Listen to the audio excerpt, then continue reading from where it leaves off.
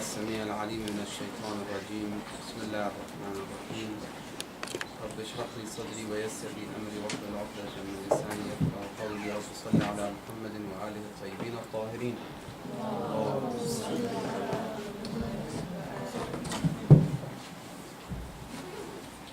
قال الله سبحانه وتعالى في محكم كتابه الكريم: فأقم وجهك للدين حنيفا فطرة الله التي فطر الناس عليها لا تبديل لخلق الله ذلك الدين القيم ولكن أكثر الناس لا يعلمون. Donc, Inch'Allah, on aura l'occasion de discuter pendant peut-être 15-20 minutes de nouveau pour cette année, l'occasion de Muharram, martyr de l'imam Hussein alayhi salam. La question qui a été posée hier apparemment pour notre discussion, alaykoum salam, c'était comment vivre notre religion à l'étranger ou dans les pays occidentaux, en tout cas dans l'ambiance qui est un petit peu difficile d'appliquer ce qu'on apprend, ce qu'on sait. D'appliquer ce qu'on sait, c'est un peu quand même compliqué. Donc comment le faire? Comment faire pour pouvoir être pratiquant, être quelqu'un qui respecte la religion, les questions fondamentales de la religion, les ordres divins, etc. etc. Donc c'était un petit peu ça la question, si j'ai bien compris. Je voulais faire pas un discours, mais une petite intervention pour expliquer quelques points. Et après, si quelqu'un il a des questions, si les jeunes ils ont des questions, je serai à votre disponibilité pour pouvoir expliquer par rapport à ce que je sais, notre savoir modeste, très modeste, Inch'Allah, pour pouvoir répondre à vos questions. Wa alaykoum salam.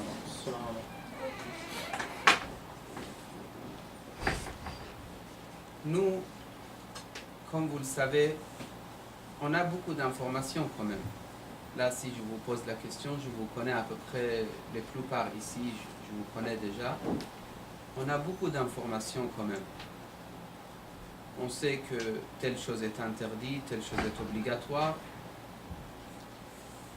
On a pas mal d'informations par rapport à, par exemple, l'histoire de Karbala, les leçons qu'on peut tirer de Karbala, de l'imam Hussein.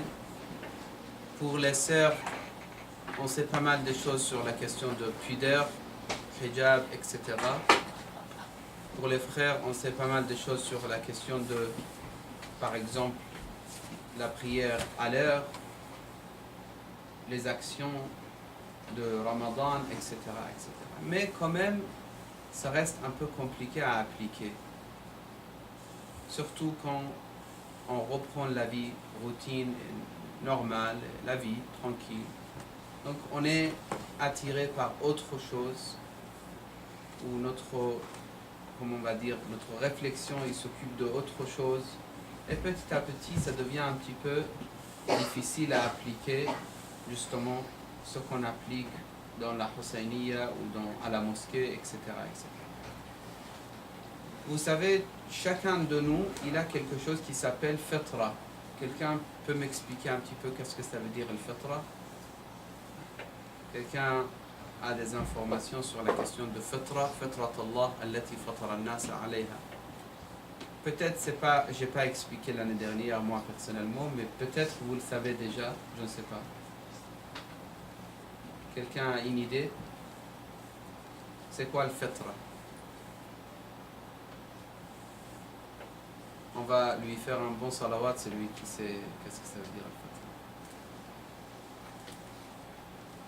Donc je vais vous aider. Oui? Al-fitra, la terre. Pourquoi vous avez dit ça? Non, pas vraiment. Fitra, en fait, le mot fitra veut dire plusieurs choses, mais ce qui m'intéresse, c'est votre nature originelle. C'est ça. La nature originelle de la personne, c'est le fatra.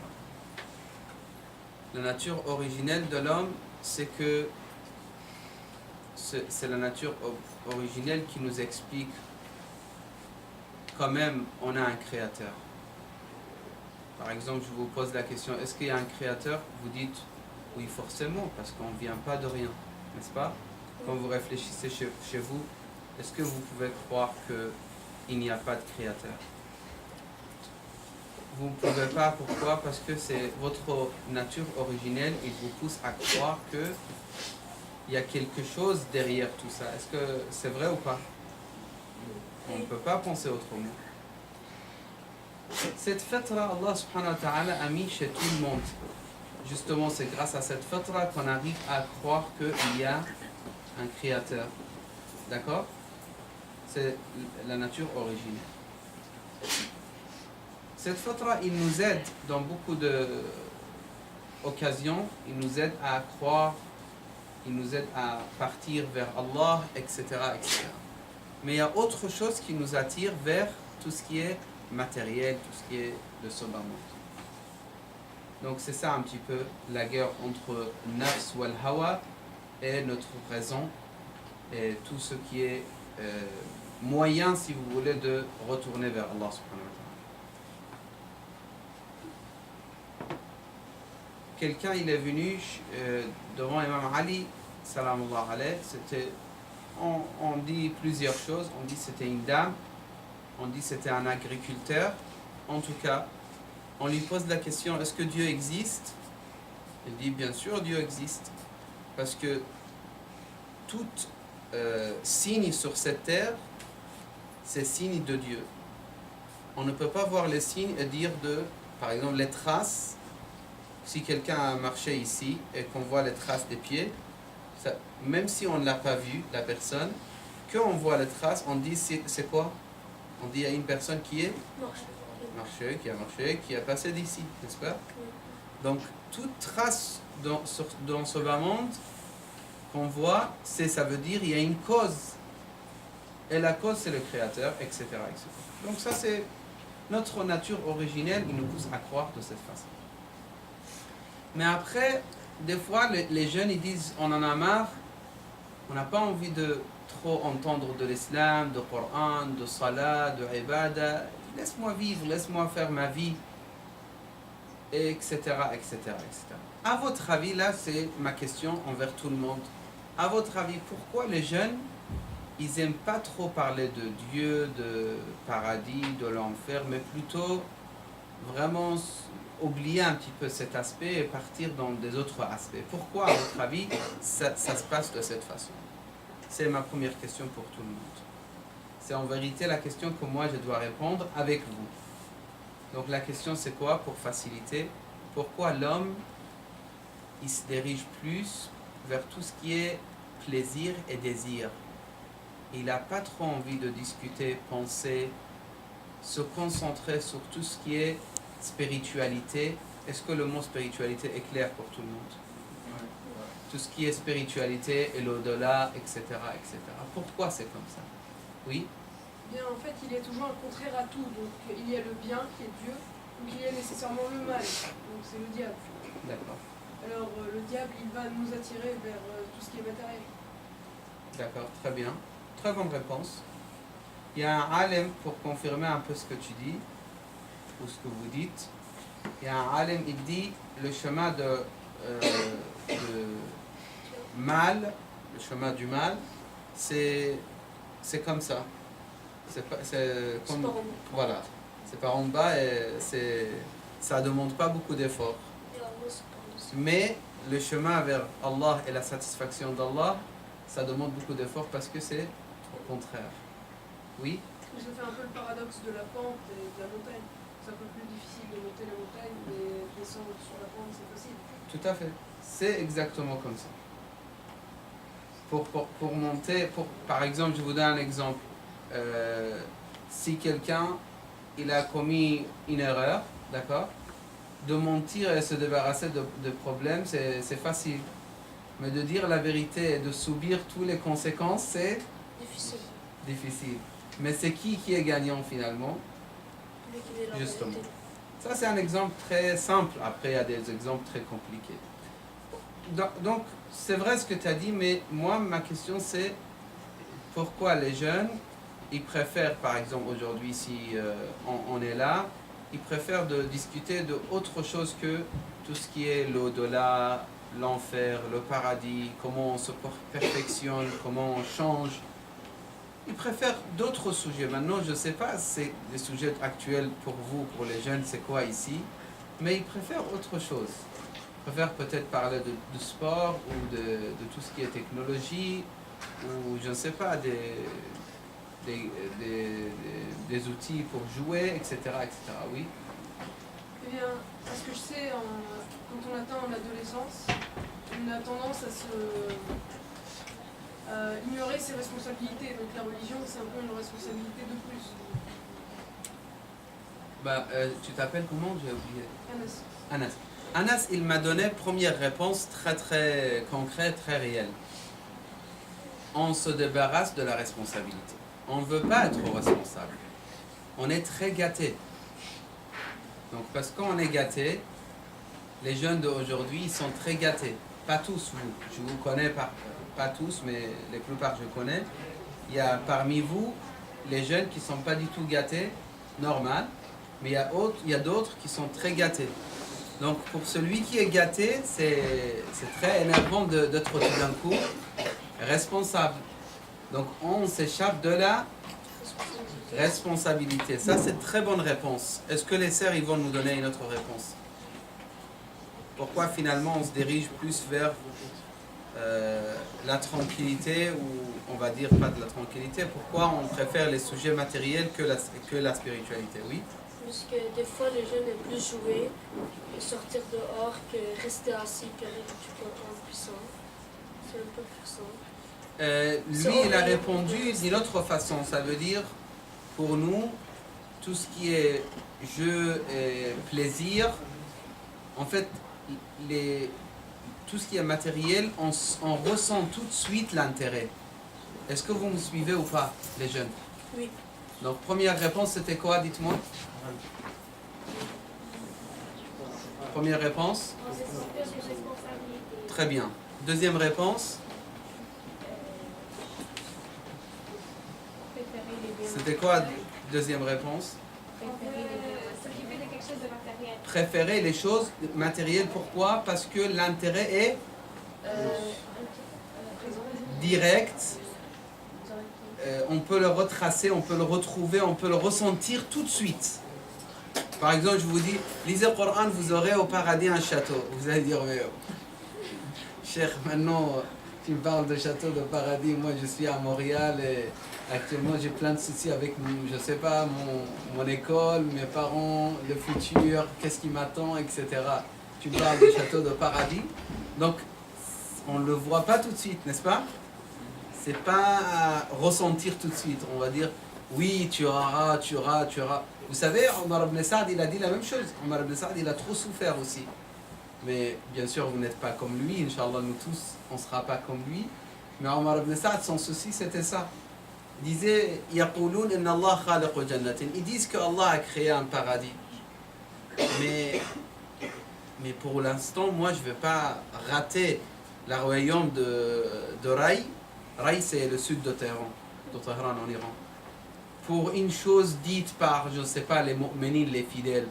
C'est pas grave. Avant ma mort, je vais demander pardon à Allah, comme ça je ne rate pas ça.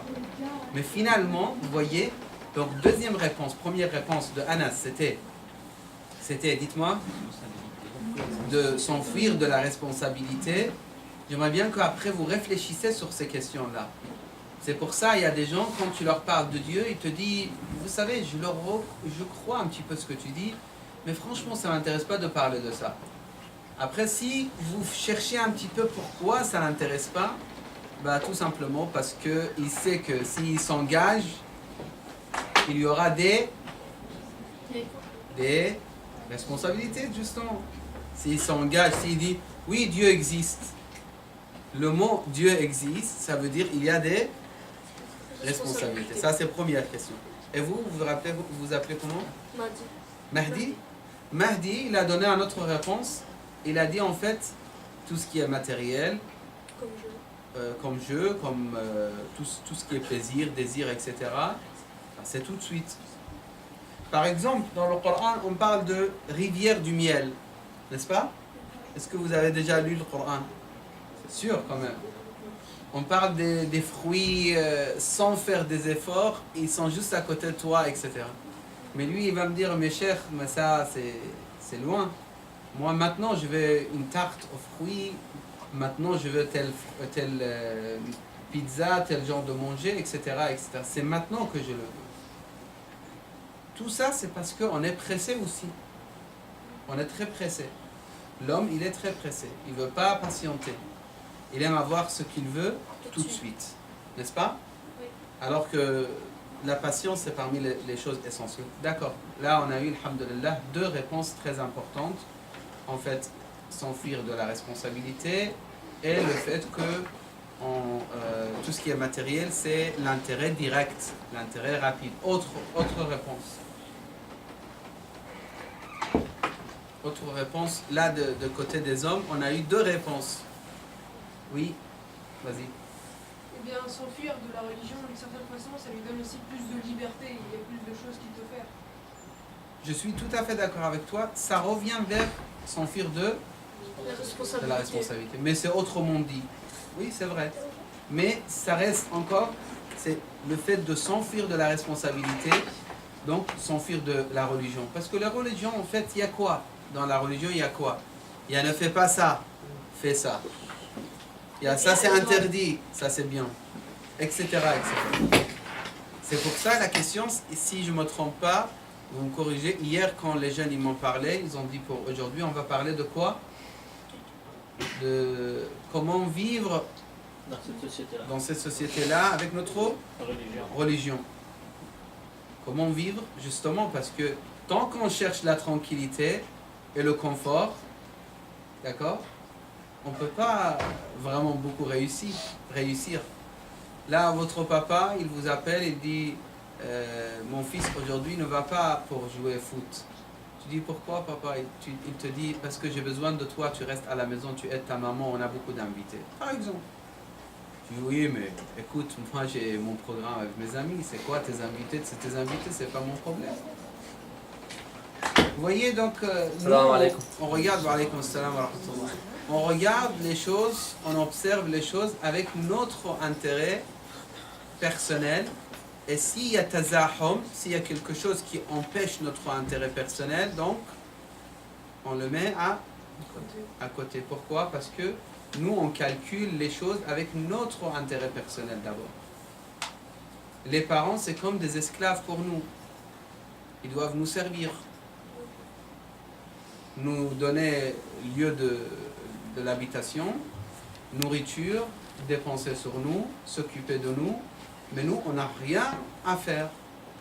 Donc cette vision-là, malheureusement, les jeunes gâtés, bien sûr, c'est pas vous, je parle pas de vous, mais des jeunes qui sont comme ça, donc leur intérêt, c'est leur intérêt, il ne faut pas toucher. Ils oublient que eux, ils ont gâché la vie de leurs parents des fois. N'est-ce pas? Oui. Quand vous serez des parents, vous allez comprendre qu'est-ce que ça veut dire. Des fois, une mère, elle ne dort pas pendant je ne sais pas combien de temps. Que l'enfant, il a un problème des dents. Je parle de asnan. Même pas quelque chose de compliqué. Les parents, ils sont paniqués. Comment on va faire? Quel médecin est meilleur? Comment on va... Si ça monte vers les yeux ou le cœur et des choses, ou le cerveau, là, c'est panique totale. Panique totale des parents. Donc, en échange, qu'est-ce qu'on fait, nous? Subhanallah, on cherche notre intérêt personnel. Donc, on revient sur la question. Première chose, s'enfuir de la responsabilité, intérêt direct, qui est, comment dire, matériel, etc. Et troisième point, je pense aussi on peut rajouter, par rapport à notre discussion, c'est quoi, par rapport à ce qu'on vient de dire? Le fait de chercher l'intérêt, l'égoïsme, si vous voulez, on peut le nommer par l'égoïsme. Ça veut dire moi, le moi. Vous savez, Shaitan, il était chassé de paradis à cause de quoi? Moi, parce que ana khalaqtani min nar wa khalaqtahu min tin. Donc l'égoïsme. L'égoïsme va gâcher notre vie même après le mariage aussi. Parce que l'homme qui pense qu'à son intérêt, il va faire souffrir sa femme. La femme qui pense qu'à son intérêt, elle va faire souffrir son mari. L'enfant ou le frère qui pense qu'à son intérêt, il va faire souffrir ses frères et ses sœurs. Et ça, c'est dans toutes choses. Pour nourriture, pour des sorties. Imaginons, votre papa, il dit, allez, on va sortir demain vers, je sais pas, Niagara. On va faire 3 jours comme ça. Et vous êtes 3 personnes à la maison. Votre parole, il est plus écoutée, plus respectée par rapport à, de la part de votre père. D'accord? Donc, qu'est-ce que vous faites? Vous n'avez pas envie de ça, même si vos frères les aiment. Vous n'avez pas envie, vous dites non, si vous partez là-bas, ça ne m'intéresse pas, je ne viens pas. Il dit, alors mon fils, qu'est-ce que tu préfères, Habibi? Il dit, moi je préfère, je ne sais pas. Dites-moi un autre endroit ici. Montrable. Hein? Montrable. Par exemple. Après, les frères, ils commencent à dire, non, mais nous, on aime bien Niagara, on n'a jamais été, etc. Tu dis, moi, je ne viens pas. Et tu sais très bien que finalement, ils vont écouter qui? Tes parents, oui, tu vois. Ils vont t'écouter, donc ils vont te suivre. Ça, c'est l'intelligence. Je vois des jeunes qui sont contents que les parents, ils écoutent plus leurs paroles que celles de ses frères ou ses sœurs. Bah, justement, ça, c'est quoi? L'égoïsme. Ça veut dire on cherche notre intérêt personnel. Il y a beaucoup d'autres choses à dire, mais moi, je pense, par rapport au temps, je dois m'arrêter ici. Donc, on a gagné 3 points, ou 3 réponses. Quelqu'un peut un petit peu développer les 3 réponses rapidement, pas développer en détail, mais rapidement, oui. Les liens personnels. Non, je veux que tu parles un peu plus haut. Haute voix, s'il te plaît. Je veux dire l'intérêt personnel. L'intérêt personnel, c'est très bien. L'intérêt personnel, c'est l'égoïsme. Deuxième point, c'est le bien matériel, on veut que ce soit matériel et non pas spirituel. Pourquoi? Avoir tout de suite. Tout à fait, parce qu'on est pressé. Très bien. Et troisième point? Se détacher de ses responsabilités. Tout à fait, donc se détacher, s'enfuir de la responsabilité. Il y a 3 réponses. Réfléchissez un petit peu. D'ici jusqu'à la semaine prochaine, j'ai un autre rendez-vous avec vous. Vendredi. Ici. Vendredi. Donc, d'ici jusqu'à vendredi, ce que je vous demande comme exercice pratique. C'est quoi l'exercice pratique que je vous demande? Vous allez réfléchir, quand vous ne voulez pas faire des bonnes actions, c'est à cause de quel point parmi les 3 points qu'on a mentionnés? D'accord? Est-ce que c'est clair, c'est quoi l'exercice? Par exemple, Salat al-Subh, vous ne voulez pas vous lever. C'est quelle raison? Et s'il vous plaît, celui qui a le courage, il note pas les péchés qu'il a fait. Il note les causes de manque de la réussite. Wa alaykoum salam. Il note, en effet, il note pourquoi il n'a pas réussi. Les problèmes, c'est basé sur quel défaut? Il le note. Il le note dans une feuille et il ramène pour la semaine prochaine. Comme ça, on pourra discuter pratiquement. On ne va pas faire des cours théoriques toujours. Ce sera un cours, quoi? Pratique. Pratique pour voir exactement c'est quoi le problème. D'ici jusqu'à vendredi prochain, Inch'Allah. Vous avez une semaine devant vous. C'est pas grave, c'est fini. Ils ont un peu tardé. La prochaine fois, Inch'Allah, il vient à l'heure, Inch'Allah. Donc si vous avez des questions, je vous écoute. On a 1 minute. Oui? En fait, j'avais juste une petite question en liaison avec le sujet pour aujourd'hui. Si on prend Ayat al-Qur'an qui disait Bismillah ar-Rahman ar-Rahim, wa ma khalaqta al-insa wal jinna illa liya'budun.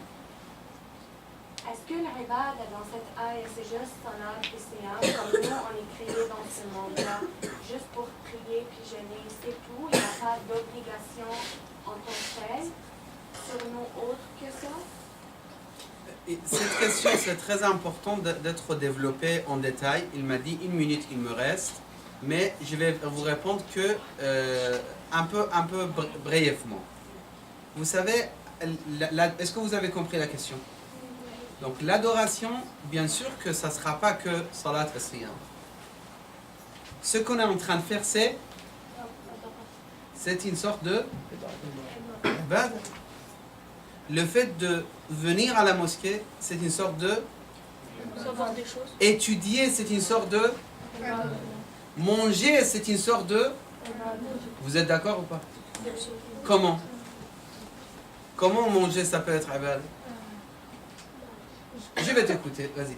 Parce qu'Allah, comme ça, il nous a créé comme ça. Et nous, justement, on fait comment il nous a créé. Très proche de la réponse, très proche, c'est pas mal, mais vas-y. Il faut manger toujours halal. C'est très bonne réponse, mais encore, j'attends encore plus, un peu plus poussé. L'idée, il doit être plus poussé, oui. C'est comprendre ce que Dieu nous a donné. Encore plus, s'il vous plaît, oui. Tout à fait, c'est ça. Donc, pour nourrir notre... Sinon, tu m'écoutes? Si on ne mange pas. Moi, si j'avais pas mangé depuis 3 jours, est-ce que je peux faire un discours aujourd'hui? Tu vas m'en Je ne vais pas mourir, mais je vais être à la maison sans pouvoir bouger tranquillement. Je n'aurai pas la force de parler. Pendant 3 jours, je ne mange rien. C'est difficile quand même, n'est-ce pas? Donc, on mange, justement, c'est une ibadah, c'est une sorte de ibadah, c'est une sorte d'adoration. On joue. Est-ce que le jeu, il peut être ibadah aussi? Vous voyez combien c'est magnifique l'islam, mais nous, on ne le voit pas. On ne comprend pas. Le fait de jouer aussi, c'est une sorte de ibadah des fois. Comment? Qui peut m'expliquer ça? Comment on peut jouer et avoir des récompenses? On a compris. Venir à la mosquée, c'est, dites-moi à tout le monde, faire salat, faire siyam, lire Coran, aider les parents, servir les parents, respecter les parents. Tout ça, c'est ibadah, il n'y a aucun problème. Maintenant, manger, on vient de dire. Maintenant, jouer. Comment? Vas-y. Si tu joues online, Il faut absolument pas rigoler. Laisse-le lui parler, oui. Si tu joues online, oui. puis genre sur tout le monde, puis lui qui gagne, il va gagner là. Est-ce que gagner l'argent, c'est ibadah? Oui. Non mais des fois, comment on va gagner? Les gars. Vous savez, il a plus ou moins, il a raison. Il a plus ou moins raison, mais vous êtes en train de rigoler, mais il a plus ou moins raison. Je vais vous expliquer, oui. Moi aussi, j'ai une question sur la question de quel type de jeu qui explique bien l'islam, parce que tu peux faire des types de jeux éducatifs sur l'islam, mais il y a aussi des jeux, comme il a dit, online, avec des... Oui, donc très bonne question, c'est une bonne question. Juste à patienter un petit peu. Donc, quel genre de jeu, en fait, c'est ibadah? Justement, les jeux grâce auxquels vous écoutez les sœurs, les jeux grâce auxquels j'arrive à adorer Allah plus, à aimer, à faire des bonnes actions plus, à avoir un esprit tranquille ou